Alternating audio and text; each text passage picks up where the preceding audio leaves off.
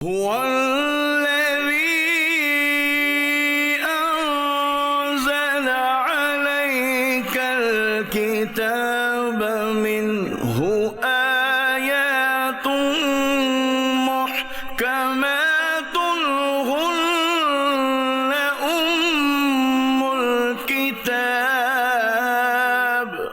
وہی ہے جس نے تم پر یہ کتاب اتاری، اس کی کچھ آیتیں صاف معنی رکھتی ہیں، وہ کتاب کی اصل ہیں۔ الحمدللہ رب العالمین والصلاة والسلام علی سید الانبیاء والمرسلین، اما بعد فاعوذ باللہ من الشیطان الرجیم، بسم اللہ الرحمن الرحیم۔ محترم ناظرین کرام، یہ پروگرام ہے احکام قرآن۔ اس پروگرام کے اندر قرآن مجید فرقان حمید کی ان آیات کی تفسیر بیان کی جاتی ہے جس میں اللہ رب العزت نے ہمیں مختلف احکامات عطا فرمائے ہیں، مختلف احکامات ہمارے لیے بیان فرمائے ہیں۔ سورہ نساء جو ہے اس کو ہم لے کر چل رہے ہیں، اس کی تفسیر بیان ہو رہی ہے۔ آج ہم نے انتخاب کیا ہے سورہ نساء کی آیت نمبر 115 کا۔ آئیے سب سے پہلے تو اس آیت مبارکہ کی تلاوت اور ترجمہ سنتے ہیں۔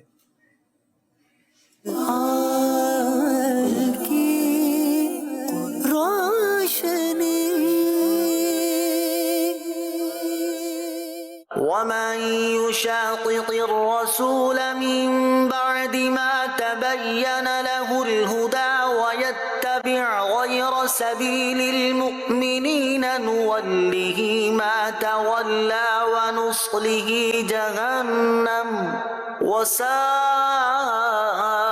مصيرا۔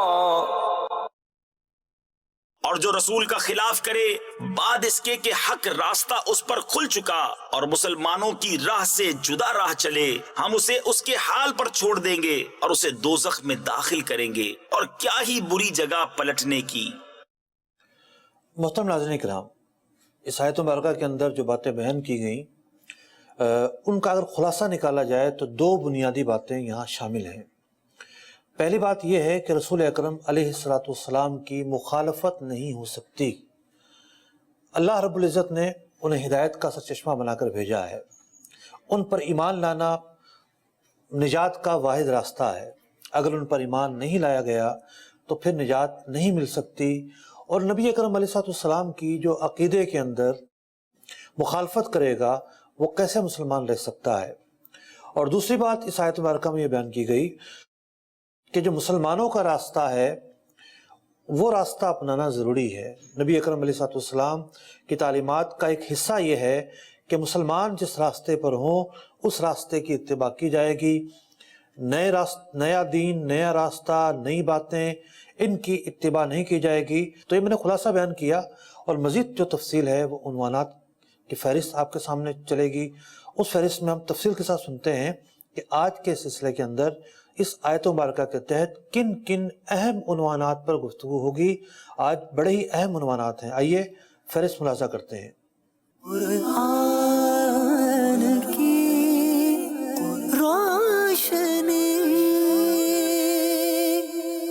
سورہ نساء کی آیت نمبر 115 کے تحت بیان ہونے والے اہم نکات یہ ہیں۔ نمبر 1، رسول اکرم صلی اللہ تعالی علیہ وآلہ وسلم کی مخالفت کتنی طرح کی ہے۔ نمبر 2، رسول اکرم صلی اللہ تعالی علیہ وآلہ وسلم کی مخالفت سے ایمان کب برباد ہوتا ہے۔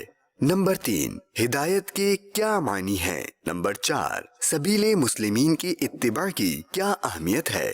نمبر 5، دین کے 4 ستونوں میں سے ایک اہم ستون اجماع کا ثبوت۔ نمبر 6، اجماع کی کتنی اقسام ہیں۔ پہلا ہمارا نقطہ یہ ہے کہ نبی اکرم علیہ السلام کی جو مخالفت ہے، اس آیت میں بات کی گئی کہ وَمَن یُشَاقِقِ الرَّسُولَ، کہ جو نبی اکرم علیہ السلام کی مخالفت کرے۔ یشاقق کسے کہتے ہیں، شاق کسے کہتے ہیں؟ کہ ایک چیز کے حصے کر لیے جائیں، ایک چیز کو تقسیم کر دیا جائے۔ نبی اکرم علیہ السلام جو دین لے کر آئے ہیں وہ دین اگر کوئی قبول نہیں کرتا، وہ اس دین سے الگ ہو جاتا ہے تو اسے مخالفت کرنا کہتے ہیں، الگ ہونا کہتے ہیں۔ مخالفت کی 2 اقسام ہیں۔ ایک ہے عقیدے میں مخالفت، کہ نبی اکرم علیہ السلام جو عقیدہ لے کر آئے کوئی شخص اس عقیدے سے الگ ہو جائے، یا معاذ اللہ وہ نبی اکرم علیہ السلام اور آپ کا جو دین ہے اس سے نفرت کرنا شروع کر دے، یہ مخالفت کہلاتا ہے۔ اس آیت کے شان نزول یہ ہے کہ پیچھے ایک آیت مبارکہ ہم سورہ نساء کے ہی سن چکے ہیں، اس کے اندر ایک پورا تفصیلی واقعہ بیان کیا گیا کہ تومہ ایک شخص تھا، اس نے چوری کی، آٹا اس کا جو ہے وہ گھر سے چلتا رہا اور یہودی کے گھر جا کے چھپا دیا۔ اب جب علامات نظر آئی تو اور بھی خوش ہوا کہ جناب اب یہودی کا جو گھر ہے اس کی طرف سارے کرائن جا رہے ہیں اور اسے سزا دی جائے گی۔ لیکن نبی اکرم علیہ السلام کو اللہ تبارک و تعالیٰ نے اس بات پر آگاہ کیا کہ چور یہودی نہیں بلکہ یہ خود ہے۔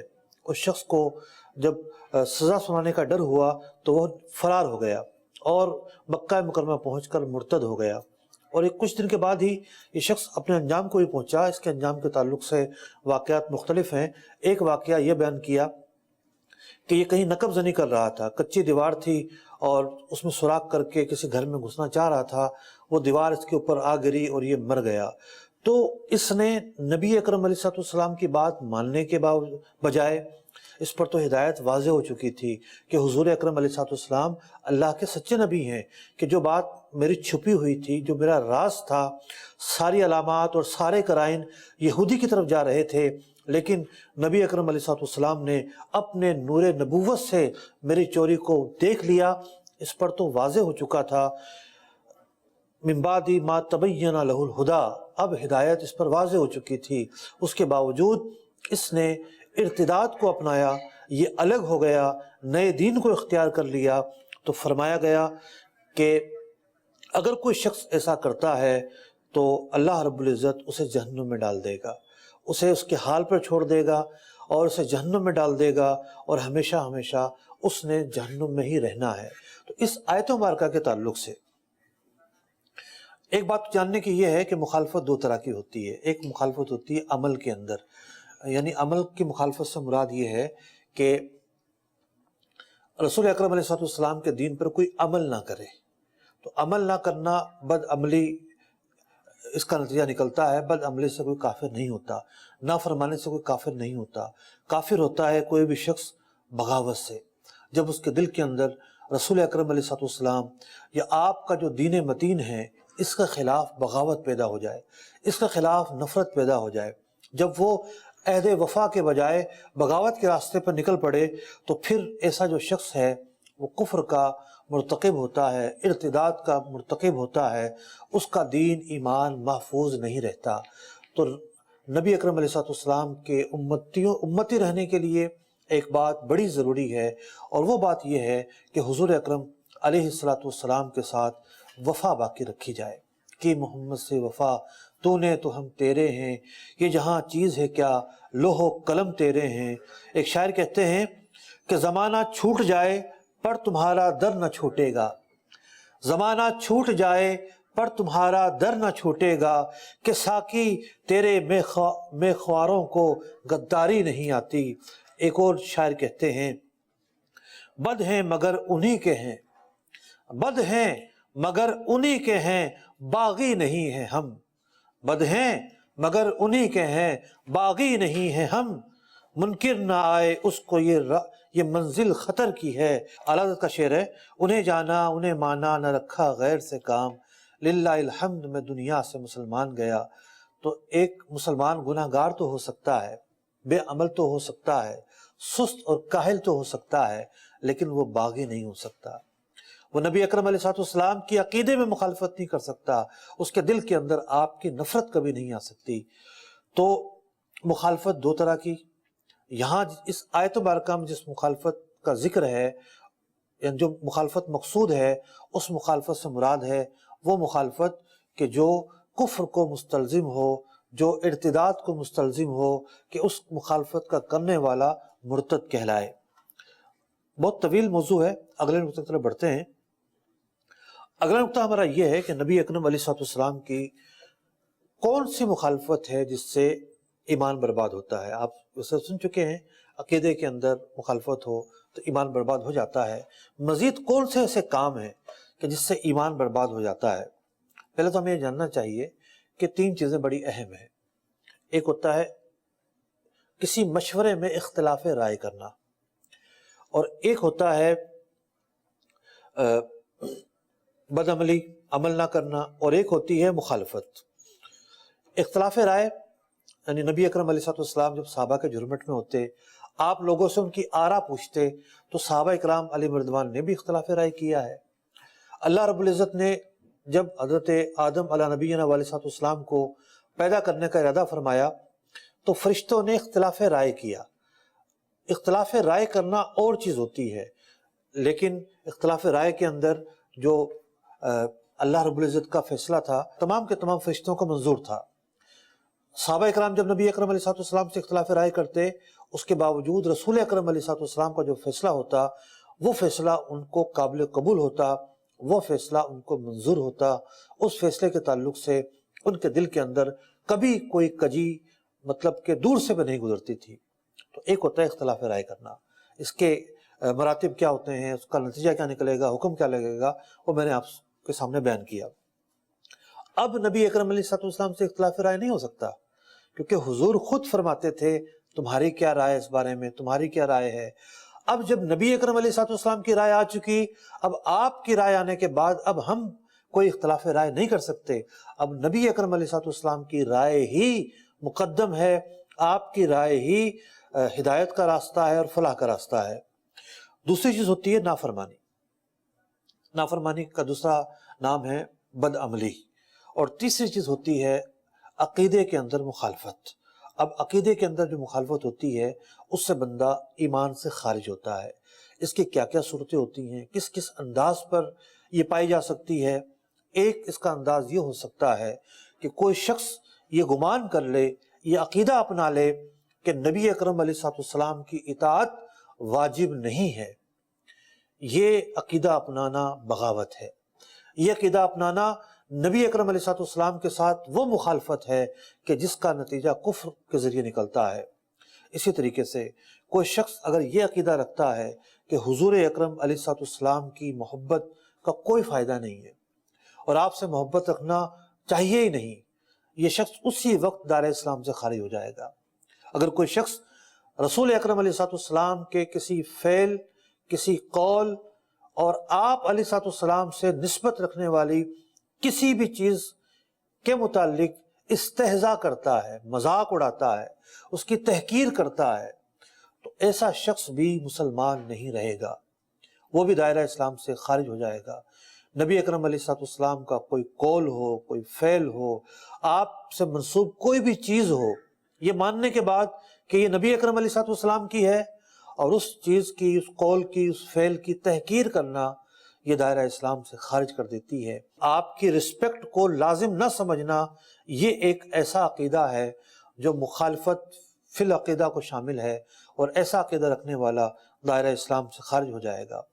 ختم نبوت کا انکار کرنا کھلی بغاوت ہے کہ حضور علیہ السلام کہ اللہ رب العزت نے جن کو خاتم النبیین بنا کر بھیجا ہے، کوئی اور شخص اگر کھڑا ہو جاتا ہے کہ نہیں حضور خاتم النبیین نہیں ہے، میں نبی ہوں یا فلاں نبی ہے، تو یہ جس طریقے سے ہم ایک لفظ سنتے ہیں کہ جناب ریاست کی رٹ چیلنج کرنا، یعنی ریاست جو ہے وہ عام جرائم پر چھوٹی موٹی سزائیں دیتی ہے، لیکن جب ریاست کی رٹ چیلنج کی جاتی ہے، ریاست کے ساتھ غداری کی جاتی ہے، تو ریاست اس کو سب سے بڑی سزا دیتی ہے، اور اس سزا کو دنیا جو ہے سزائے موت کے نام سے یاد کرتی ہے۔ تو یہ کہنا کہ حضور علیہ السلام کے بعد فلاں نبی ہے یا فلاں نبی ہے، یہ جو عقیدہ رسالت ہے یہ اس کے ساتھ بغاوت ہے، نبی اکرم علیہ السلام کے ساتھ بد عہدی ہے، بے وفائی ہے، اور جب بھی کوئی مسلمان نبی اکرم علیہ السلام کے ساتھ بے وفائی کرے گا اسی لمحے دائرہ اسلام سے خارج ہو جائے گا۔ اسی لیے اللہ رب العزت نے ارشاد فرمایا وَمَن يُشَاقِقِ الرَّسُولِ کہ جو رسول اکرم علیہ السلام سے الگ راستہ اپنائے گا، الگ راہ لے گا، عقیدے میں آپ کی مخالفت کرے گا، تو فرمایا نُوَلِّهِ مَا تَوَلَّا کہ جس راہ پر ہے اسی راہ پر اسے چھوڑ دیا جائے گا، وَنُصْلِيهِ جَهَنَّمَ اور اللہ رب العزت اس شخص کو جہنم میں داخل فرمائے گا۔ اب بات یہ ہے کہ بندہ اس نہج پر اور اتنی دوری پر کیسے پہنچتا ہے کہ مسلمان کے گھر پیدا ہونے والا کلمہ گو شخص، کلمہ پڑھنے والا جس نے نمازیں بھی پڑھی ہوں، اس سے کیسے متصور ہے کہ وہ اس نہج پر پہنچ جائے گا، ایسے راستے پر چل پڑے گا کہ جس راستے کے اندر اسے بغاوت اختیار کرنا پڑ جائے گی۔ اس کو سمجھنے کے لیے اس آیت مبارکہ سے پہلے جو آیت ہے، یعنی سورہ نساء کی جو آیت نمبر 114 ہے، پہلے ہم اس کی تلاوت اور ترجمہ سنتے ہیں، پھر میں آپ کے سامنے کچھ باتیں عرض کروں گا کہ کیسے جو ہے بندہ اتنی دور بھٹک سکتا ہے اور ایسی وادیوں میں جا سکتا ہے جو وادیاں کفر کی وادیاں ہیں۔ آئیے پہلے تلاوت اور ترجمہ سنتے ہیں۔ لا خير في كثير من نجواهم إلا من أمر بصدقة أو معروف أو إصلاح بين الناس ومن يفعل ذلك ابتغاء مرضات الله فسوف نؤتيه أجرا عظيما۔ ان کے اکثر مشوروں میں کچھ بھلائی نہیں مگر جو حکم دے خیرات یا اچھی بات یا لوگوں میں صلح کرنے کا، اور جو اللہ کی رضا چاہنے کو ایسا کرے اسے ان قریب ہم بڑا ثواب دیں گے۔ اس آیت مبارکہ میں تذکرہ کیا گیا کچھ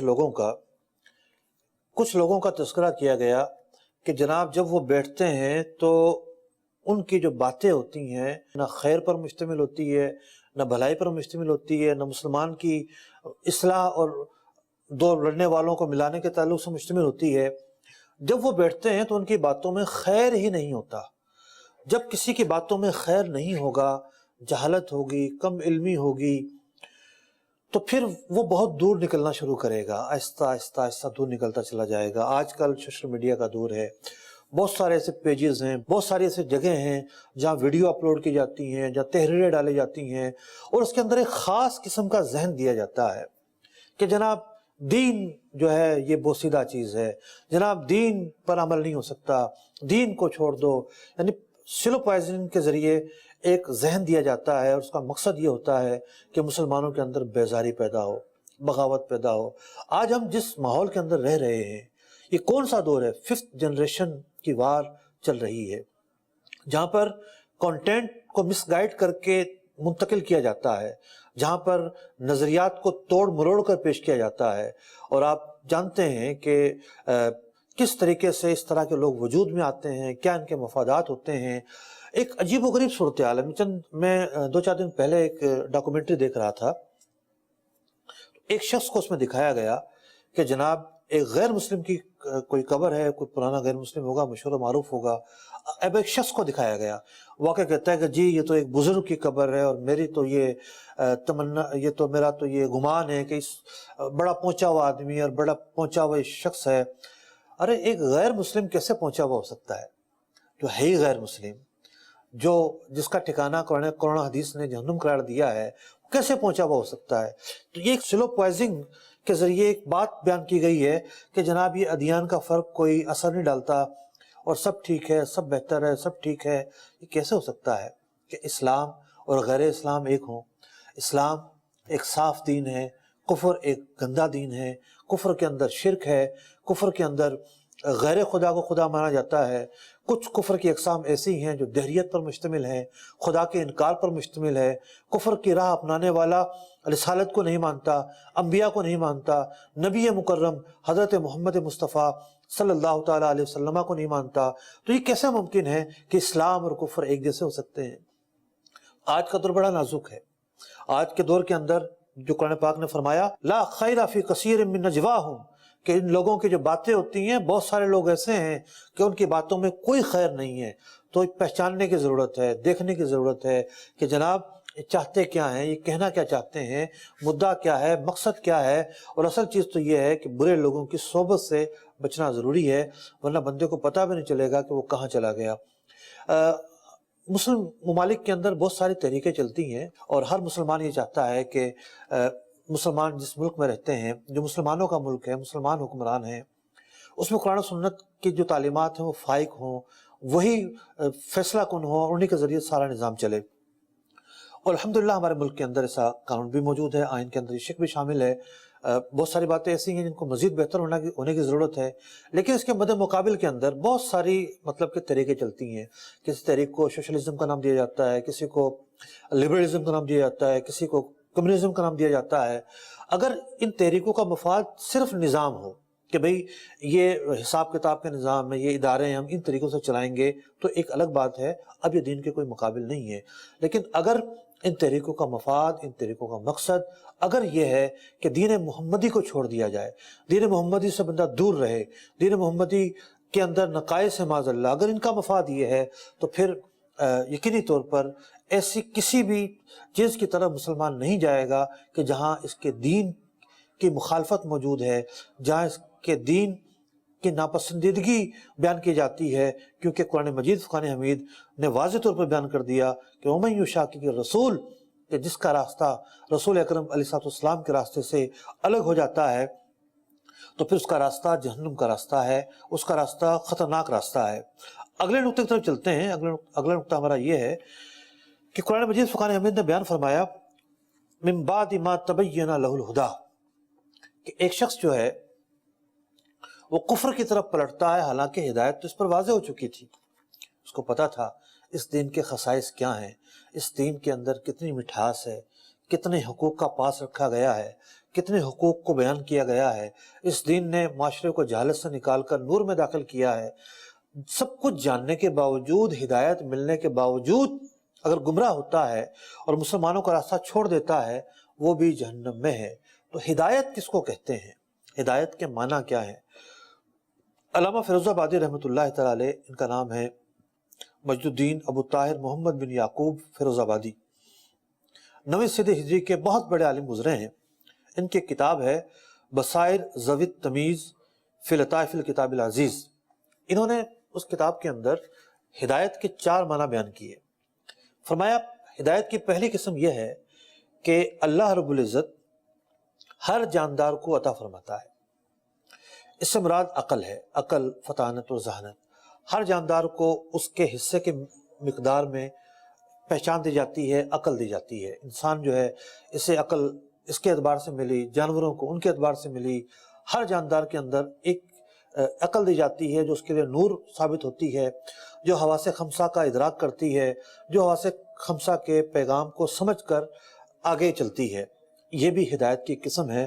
فرمایا کہ قرآن مجید فرقان حمید نے اس ہدایت کا تذکرہ بھی کیا ہے۔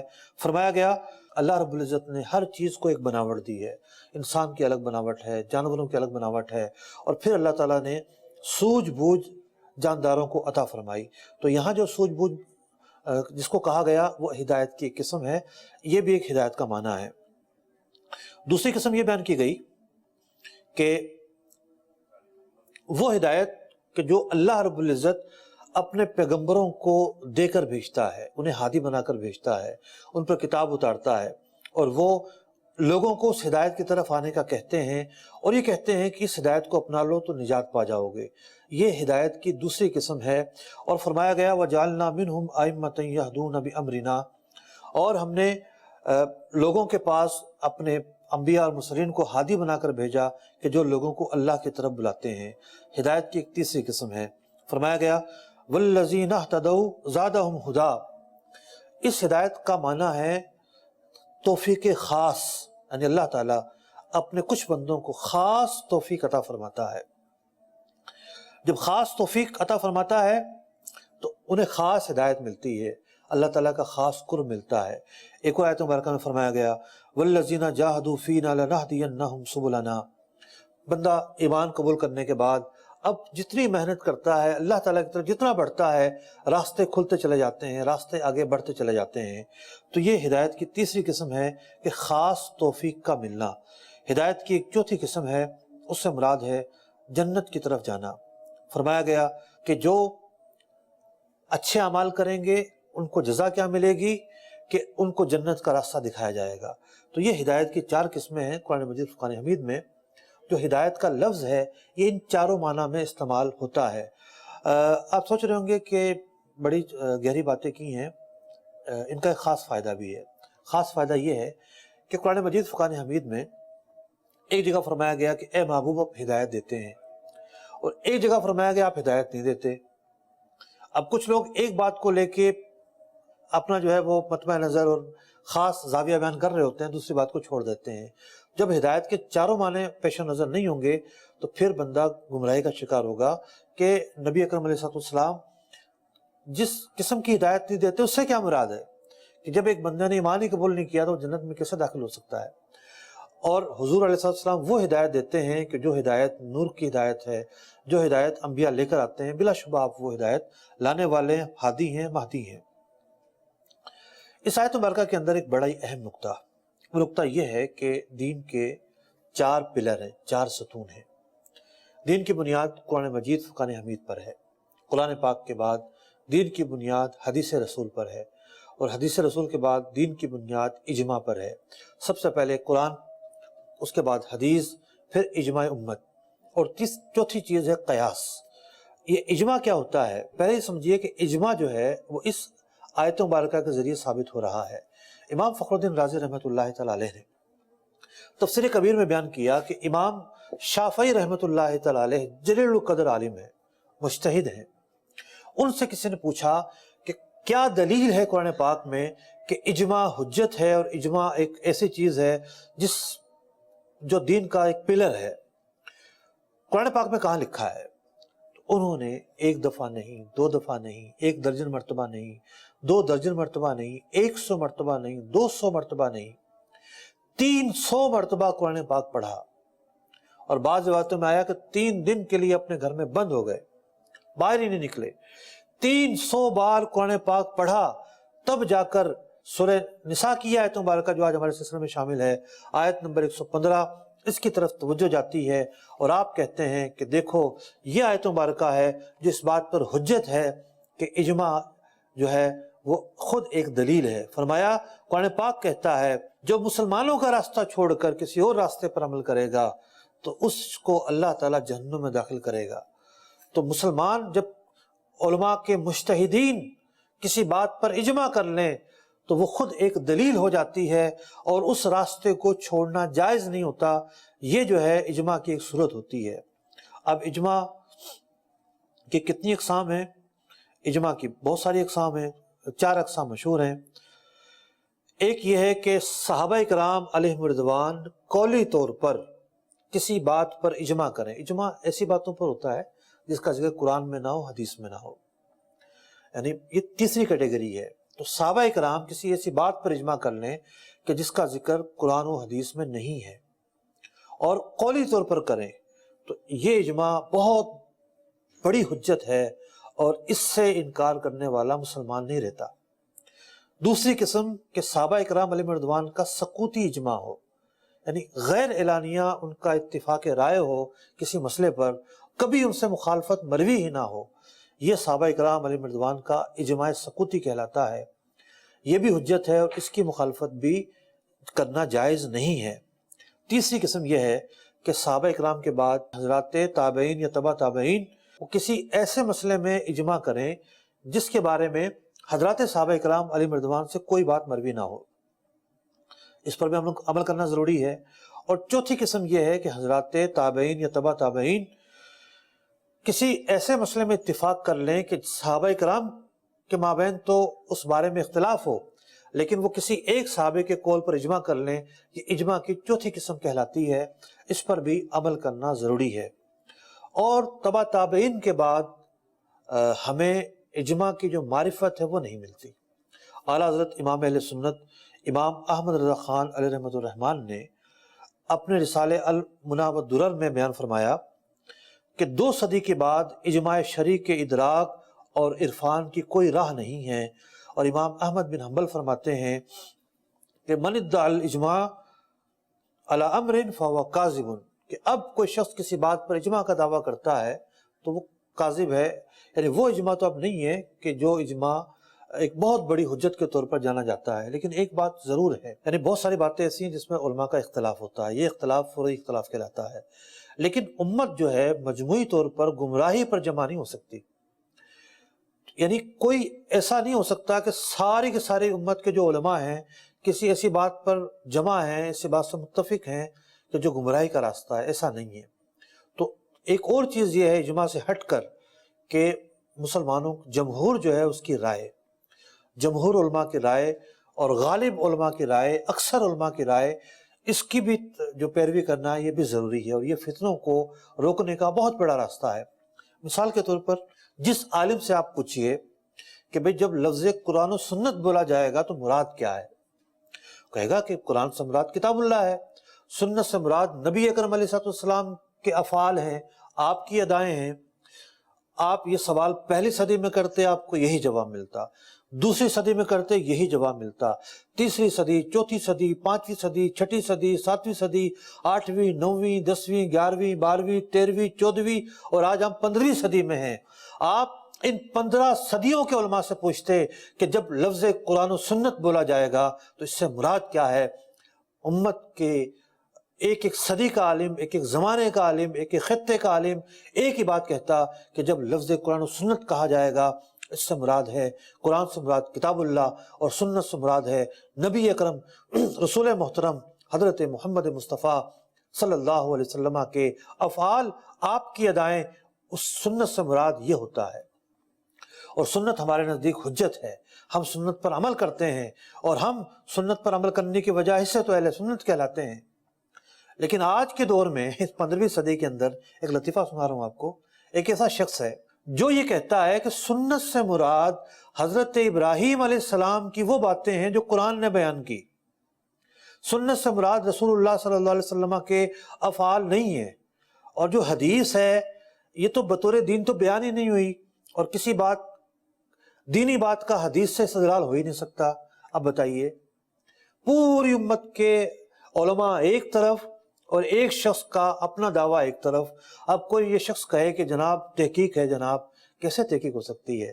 اللہ رب العزت نے واضح طور پر فرما دیا وَمَن يُشَاقِقِ الرَّسُولَ مِن بَعْدِ مَا تَبَيَّنَ لَهُ الْهُدَىٰ، ہدایت واضح ہونے کے بعد جو رسول کی مخالفت کرے وہ بھی جہنم میں۔ اور دوسری بات کیا فرمائی؟ وَيَتَّبِعْ غَيْرَ سَبِيلِ الْمُؤْمِنِينَ، مومنین کا جو راستہ ہے اس راستے کو چھوڑ دے وہ بھی جہنم میں ہے۔ 15 صدیوں میں آج تک کسی نے یہ نہیں کہا کہ سنت سے مراد حضرت ابراہیم علیہ السلام کی سنت ہے، نبی اکرم علیہ السلام کی جو سنت ہے وہ قابل عمل نہیں، آپ کے جو فرامین ہیں اس سے دین کی باتیں اخذ نہیں ہو سکتی، یہ وہ باتیں ہیں جو غیر سبیل المومنین ہیں، یہ مسلمانوں کا راستہ نہیں ہے، مسلمانوں نے کبھی ایسی باتیں نہیں کی ہیں۔ اللہ تعالی ہمیں فکری انتشار سے بچائے، مسلمانوں کو فکری اتحاد نصیب فرمائے، ہمیں نیک عمل کی توفیق عطا فرمائے، نجات عطا فرمائے، آمین بجاہ النبی الامین صلی اللہ تعالی علیہ وسلم۔ فہم قرآن کا مجھ کو میرے مولا عطا کر دے، پڑھوں سمجھوں عمل کا بھی مجھے یا رب تو جذبہ دے۔